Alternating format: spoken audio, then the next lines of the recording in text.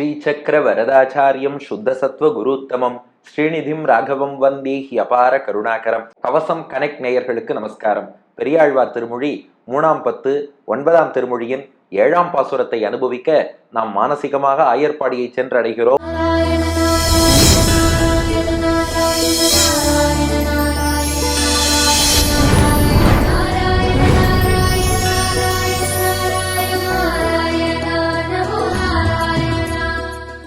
ரெண்டு கோபிகைகள் கைகோத்து கொண்டு சுற்றி சுற்றி ஊந்தி பறத்தல் என்று பாடிக்கொண்டு ஒருத்தி கண்ணன் பெருமையை பாட, இன்னொருத்தி ராமன் பெருமையை பாட, இரண்டையும் பெரியாழ்வார் இணைத்து பாட நாம் ரசித்து வருகிறோம்.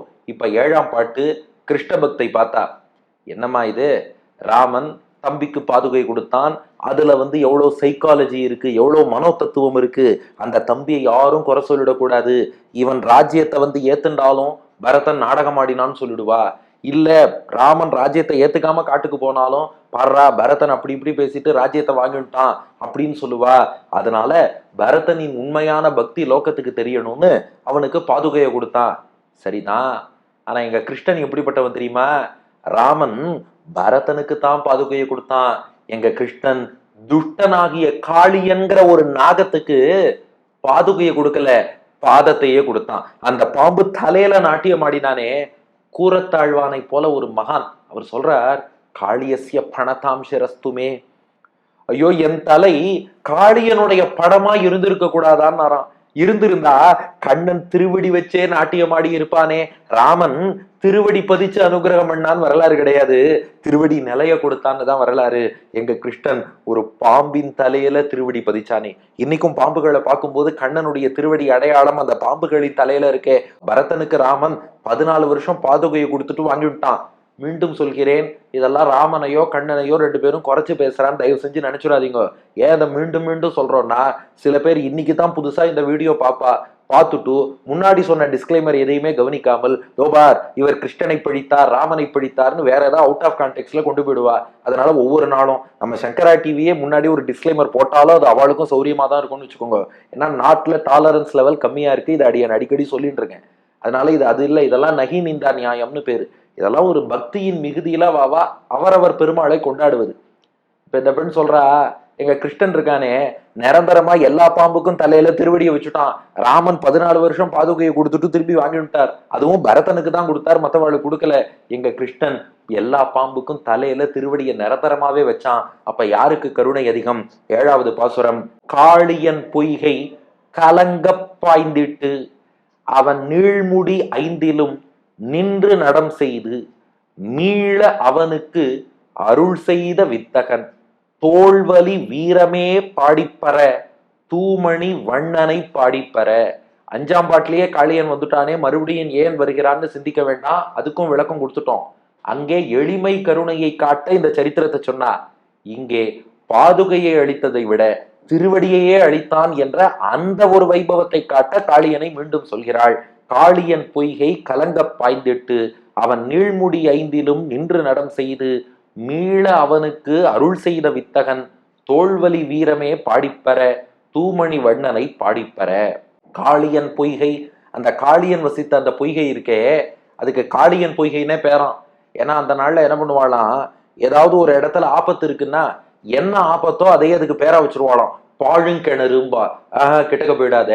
விஷக்கிணறும்பா, அப்படின்னா அங்க விஷம் நிறைய இருக்குன்னு அர்த்தம். அது போல சில இடத்தெல்லாம் சிங்க குகைம்பா, ஏன்னா உள்ளுக்குள்ள சிங்கம் இருக்குன்னு அர்த்தம். அப்ப எந்த இடத்துல எந்த ஆபத்து இருக்கோ அந்த டேஞ்சரையே அதுக்கு பேரா வச்சிருவாளாம். இந்த உயரமான மலைகள்ல எல்லாம் சூசைட் பாயிண்ட்னு சொல்றா பாருங்க, அமங்கலமா சொல்றதுக்கு இல்ல, ஞாபகம் வச்சுக்கிறதுக்காக சொல்றேன்.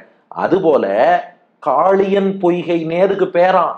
இது மாமுனிகளுடைய வியாக்கியானம். காளியன் பொய்கைனா காளியன் வசித்து கொண்டு வந்த பொய்கைன்னு பிரிக்க வேண்டாம்.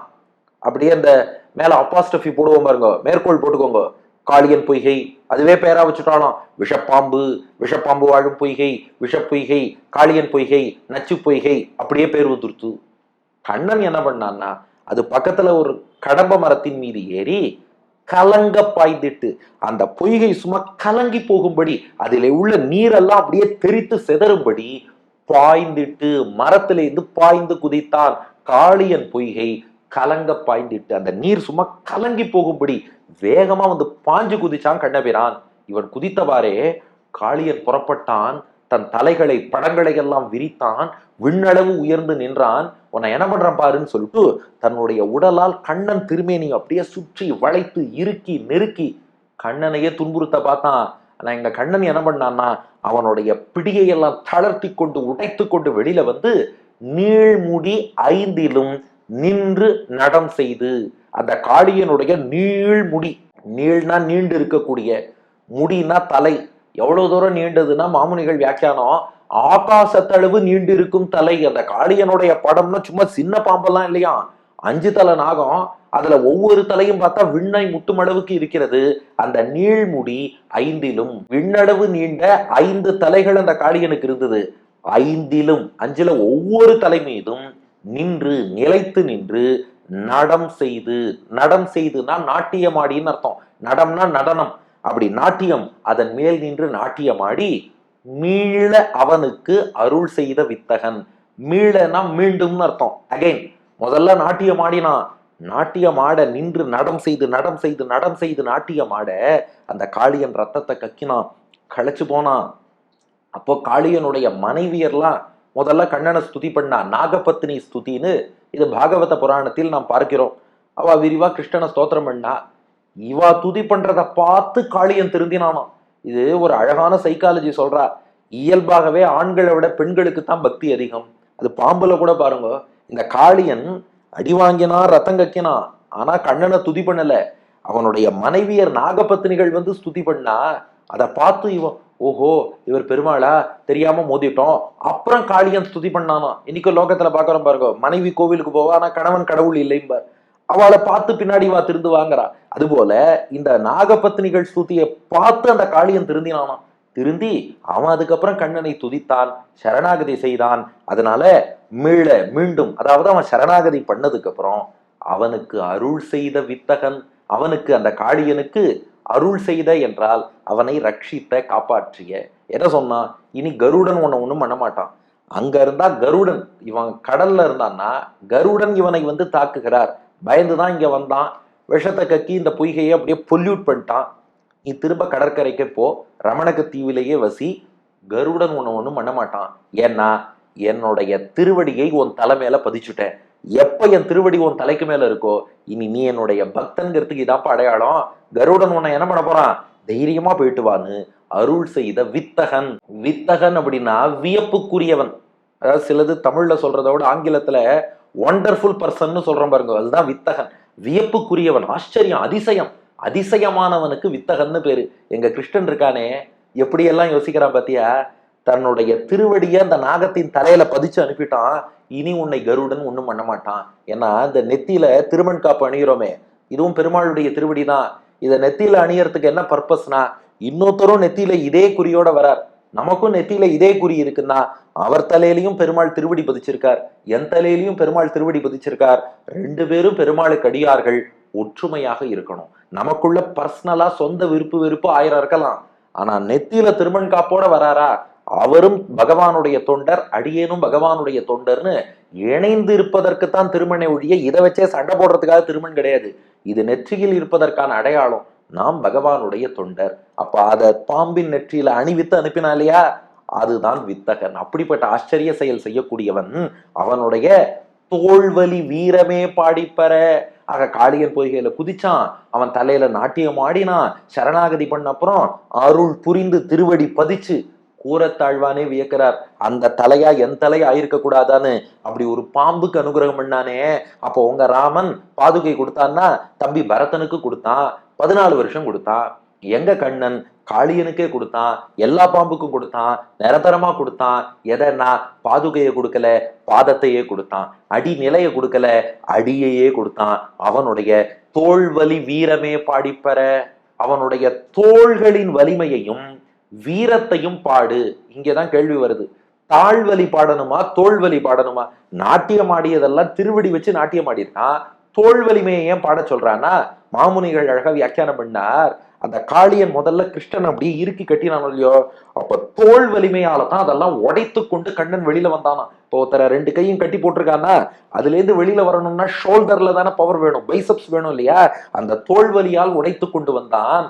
ரெண்டாவது, அந்த காளியன் தலையில நாட்டியம் ஆடினா, ஆடும்போது எப்படி ஆடினான்னா, தன்னுடைய ஒரு கையால, அதாவது இந்த தோல் வலிமையால காளியனுடைய வாலை பிடிச்சுட்டானா. இப்படி தாங்கி பிடித்து கொண்டு அந்த காளியன் தலையில நாட்டியம் ஆடுறான். கீழே காளியன் இருக்கானே, அவன் தன்னுடைய பேலன்ஸ் எல்லாம் இழந்துட்டான், தன் நிலை குலைந்து போயிட்டான் காளியன். ஆனா இந்த தோளால அவன் வாழை பிடிச்சுட்டு இருக்கான் பாருங்க. இந்த சக்தியில இந்த காளியன் அப்படியே கீழே நிக்கிறான். தன் தோளாலேயே காளியனை வாழை பிடிச்சிட்டு மேல நாட்டியமும் ஆடி இருக்கான்னா, அத்தனை பவரும் இங்கேருந்து கண்ணன் பிடித்து கொண்டிருக்கிறான்னு புரிஞ்சுக்கணும். இது நல்லா புரியணும்னா, இந்த ஊத்துக்காடுன்னு ஒரு ஊர், ஊத்துக்காடு வெங்கடகவின்னு அவருடைய பாடல்கள்லாம் ரொம்ப பிரசித்தம். கும்பகோணம் பக்கத்துல ஆவூர் என்ற ஊருக்கு அருகில் இருக்கு. அந்த ஊத்துக்காடுல காளியன் அர்த்தன கிருஷ்ணனே சேவை சாதிக்கிறார். அவர் என்னன்னா கவனிச்சேன்னா தெரியும், அந்த காளியன் பாம்பை இப்படி கண்ணன் பிடிச்சுட்டு இருப்பான் கையால வாழை. கண்ணனுடைய திருவடி காளியன் தலையில நாட்டியம் ஆடும். ஆனா கண்ணன் திருவடிக்கும் காளியன் தலைக்கும் இடையில ஒரு சின்ன இடைவெளி இருக்கும். இடைவெளி இருக்கு. அப்ப கிருஷ்ணன் வானத்திலேயே பறந்துட்டு இருக்கான். இந்த பேலன்ஸ் எல்லாம் எப்படிப்பா பண்றான்னா, இந்த தோளால அவன் வாழை பிடிச்சிட்டு இதுல பேலன்ஸ் பண்ணி நாட்டியம் ஆடி இருக்கானா. அதனால இதுல தோல் வலிமை தான் இருக்கு. ஞாபகம் வச்சுக்கிறதுக்கு ஒண்ணு சொல்றேன். நம்ம விராட் கோலி ஒரு கவர் டிரைவ் அடிக்கிறாருன்னு வச்சுக்கோங்களேன், கமெண்ட்ரி சொல்றவர் என்ன சொல்றார், வாட் ஏ ஹேண்ட் ஒர்க்குன்னு சொல்லல, வாட் ஏ ஃபுட் ஒர்க்குங்கிறார். காரணம் என்ன, அவர் காலை முன்னாடி ஃப்ரண்ட் ஃபுட் வச்சு அங்கேருந்து ஃபோர்ஸை ஜெனரேட் பண்ணி அதுக்கப்புறம் ஷாட் ஆடினார். அதனால அதுல ஹேண்ட் ஒர்க்கோட ஃபுட் ஒர்க் ஜாஸ்தி. அதுபோல காளியன் தலையில கண்ணன் நாட்டியம் ஆடினானே, அதுல ஃபுட் ஒர்க்கோட ஷோல்டர் ஒர்க் தான் ஜாஸ்தி. அதனால தோல்வலி வீரமே பாடிப்பற, அவன் தோல் வலிமையையும் வீரத்தையும் பாடிப்பற.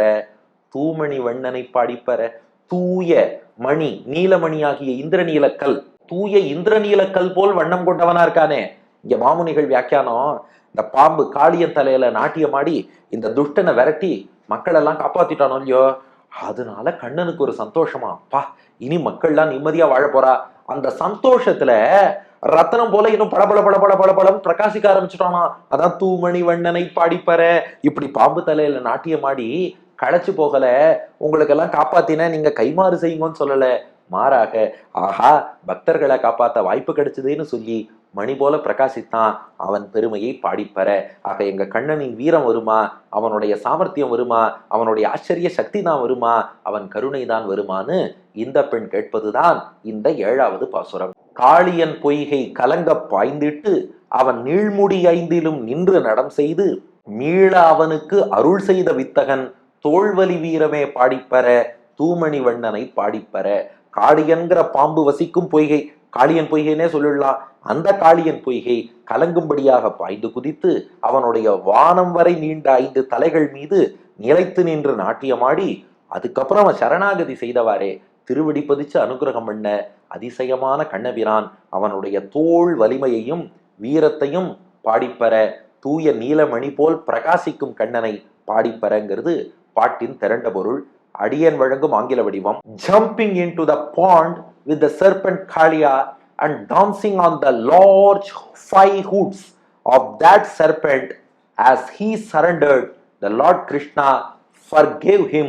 That wonderful Lord placed his feet on the hoods of the snake, fly singing the strength of the shoulders and the valor of Krishna, fly singing the blue gemmed Lord Krishna என்பது இதற்கான ஆங்கில வடிவம்.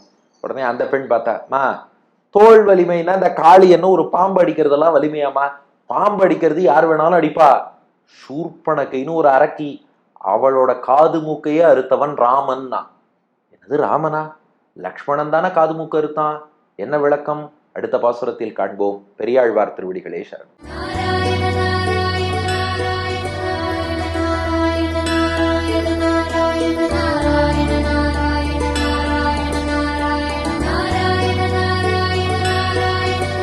காளியன் பொய்கை கலங்க பாய்ந்திட்டு அவன் நீள்முடியை வீலும் நின்று நடம் செய்து, காளியன் பொய்கை கலங்க பாய்ந்திட்டு அவன் நீள்முடியை வீலும் நின்று நடம் செய்து மீள அவனுக்கு அருள் செய்த வித்தகன் தோல்வலி வீரமே வீரமே பாடிப்பற தூமணி வண்ணனை பாடிப்பற மீளகவனுக்கு அருள் செய்த வித்தகன் தோள்வலி வீரமே பாடிப்பற தூமணி வண்ணனை பாடிப்பற